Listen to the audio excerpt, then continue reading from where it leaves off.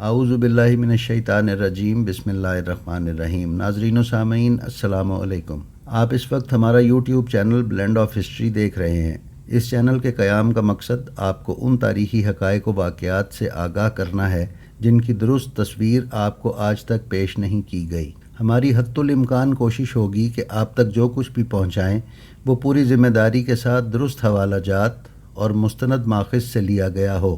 ہم اور ہماری ٹیم دن رات تاریخ کے منفرد واقعات کی کھوج میں سرگرداں ہیں تاکہ تاریخی نوادرات کو آپ کے اذہان و قلوب کی زینت بنایا جائے۔ ہم آپ کے اطمینان کے لیے عرض کرتے چلیں کہ ہماری ہر ویڈیو خالصتاً ہماری ٹیم کی ذاتی تحقیق اور کاوش کا نتیجہ ہے۔ آپ کی دلچسپی کے پیش نظر ہم انشاءاللہ اسلامی تاریخی واقعات کے ساتھ ساتھ سماجی اور ثقافتی واقعات بھی پیش کرتے رہیں گے۔ آپ سے گزارش ہے کہ کمنٹ کر کے اپنی قیمتی آراء اور مشوروں سے ہمیں نوازتے رہیں۔ آپ سے گزارش ہے کہ ہمارے چینل کو فوراً سبسکرائب کر لیں اور بیل آئیکن پر ضرور کلک کر دیں تاکہ ہماری آنے والی ہر ویڈیو آپ تک بر وقت پہنچتی رہے۔ آج کے پروگرام سے ہم اپنے اس سلسلے کا آغاز کر رہے ہیں۔ اس پروگرام میں ہم آپ کی خدمت میں امام محمد تقی الجواد علیہ السلام کے 8 سال کی عمر میں سلطنت عباسیہ کے مفتی اعظم اور قاضی القضاء یعنی چیف جسٹس یحییٰ بن اقسم کے ساتھ ہونے والے دلچسپ مناظرے کی تفصیل بیان کریں گے۔ تو آئیے چلتے ہیں مناظرے کی طرف۔ جب امام رضا علیہ السلام کی شہادت ہوئی تو مامون مدینہ آیا اور امام محمد تقی الجواد علیہ السلام کو اپنے ساتھ بغداد لے گیا۔ اس نے مشاہدہ کیا کہ امام محمد تقی الجواد بالکل اپنے والد کی طرح علم و فضل کے بلند ترین مقام پر فائز ہیں۔ اس لیے اپنی سابقہ سیاسی چال کو برقرار رکھتے ہوئے اس نے اپنی بیٹی ام الفضل کا نکاح امام محمد تقی علیہ السلام کے ساتھ کیے جانے کا سرکاری اعلان کروا دیا۔ اس سے پہلے وہ امام رضا علیہ السلام کو اپنی اسی سیاسی حکمت عملی کے تحت اپنا ولی عہد مقرر کر چکا تھا اور اپنی بڑی بیٹی ام حبیبہ یا ام حبیب یا باروایت اپنی بہن کا نکاح ان کے ساتھ کر چکا تھا۔ اب جب کہ امام رضا علیہ السلام کو وہ راستے سے ہٹا چکا تھا تو اس نے وہی چال امام محمد تقی الجواد علیہ السلام کے ساتھ کھیلی اور امام محمد تقی علیہ السلام کو اپنی بیٹی ام الفضل کے ساتھ شادی کی پیشکش کی، جس پر مامون کے خاندان کے افراد اور عمائدین نے سخت اعتراض کیا۔ چنانچہ مامون نے اپنی بات کے اثبات کے لیے معترضین سے کہا کہ اگر تم چاہو تو ان کا امتحان لے سکتے ہو۔ انہوں نے اس بات کو قبول کر لیا اور فیصلہ کیا کہ دربار کے عالم ترین افراد اور امام جواد علیہ السلام کے درمیان مناظرے کا اہتمام کیا جائے تاکہ وہ امام کا امتحان لے سکیں۔ مناظرے کا آغاز قاضی القضاء یحییٰ بن اقسم نے کیا اور اس نے امام سے پوچھا کہ اگر کوئی محرم شخص کسی حیوان کا شکار کرے تو حکم کیا ہوگا؟ آپ نے اس کے جواب میں ارشاد فرمایا، اے یحییٰ، تمہارا سوال بالکل مبہم ہے۔ یہ شکار ہل میں تھا یا حرم میں؟ شکار کرنے والا مسئلے سے واقف تھا یا ناواقف؟ اس نے عمدن اس جانور کا شکار کیا تھا یا سہون؟ وہ شخص آزاد تھا یا غلام؟ کم سن تھا یا بالغ؟ ایسا اس نے پہلی مرتبہ کیا تھا یا اس سے پہلے بھی ایسے کر چکا تھا؟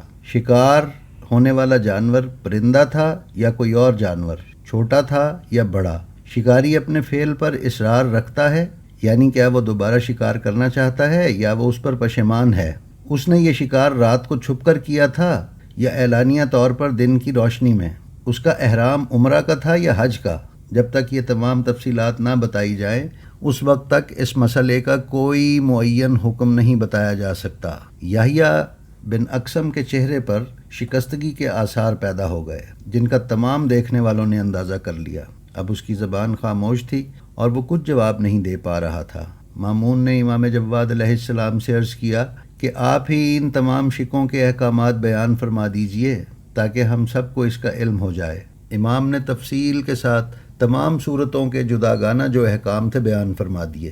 آپ نے فرمایا، اگر احرام باندھنے کے بعد ہل میں شکار کرے اور وہ شکار پرندہ ہو اور بڑا بھی ہو تو اس کا کفارہ 1 بکری ہے، اور اگر ایسا شکار حرم میں کیا ہے تو 2 بکریاں ہیں، اور اگر کسی چھوٹے پرندے کو ہل میں شکار کیا ہے تو دمبے کا 1 بچہ جو اپنی ماں کا دودھ چھوڑ چکا ہو کفارہ دے گا، اور اگر حرم میں شکار کیا ہو تو اس پرندے کی قیمت اور 1 دمبا کفارہ دے گا، اور اگر وہ شکار چوپایا ہو تو اس کی کئی قسمیں ہیں۔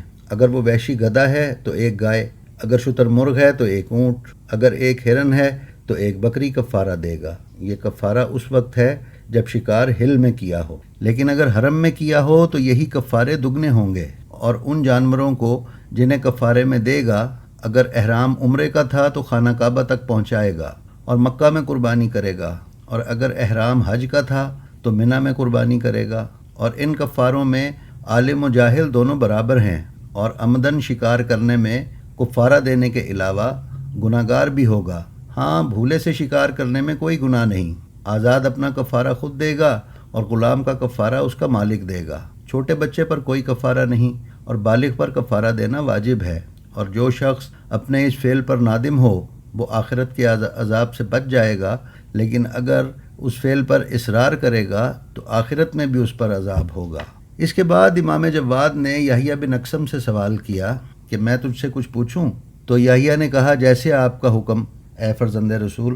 آپ نے فرمایا اے یحییٰ، اس شخص کے بارے میں کیا کہتے ہو جس نے صبح کو ایک عورت کی طرف نظر کی تو وہ اس پر حرام تھی، دن چڑھے حلال ہو گئی، پھر ظہر کے وقت حرام ہو گئی، عصر کے وقت پھر حلال ہو گئی، غروب آفتاب پر پھر حرام ہو گئی، عشاء کے وقت پھر حلال ہو گئی، آدھی رات کو حرام ہو گئی، صبح کے وقت پھر حلال ہو گئی۔ بتاؤ ایک ہی دن میں اتنی دفعہ وہ عورت اس شخص پر کس طرح حلال و حرام ہوتی رہی؟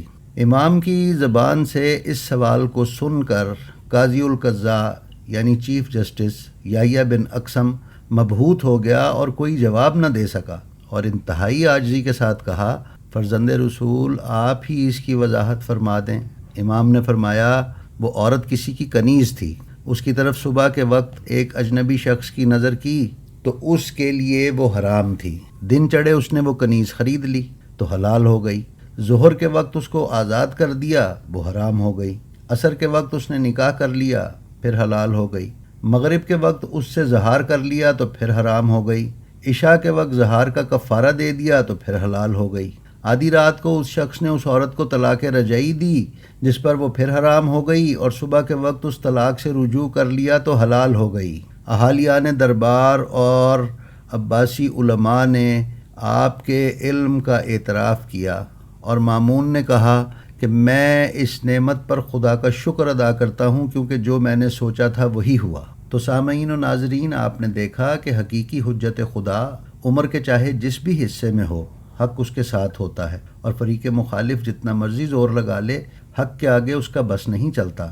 اگر آپ چاہتے ہیں کہ اسی طرح کی نادر اور قیمتی ویڈیوز آپ کو متواتر ملتی رہیں تو ہمارے چینل کو سبسکرائب کر لیں اور بیل آئیکن پر کلک کریں۔ فی امان اللہ۔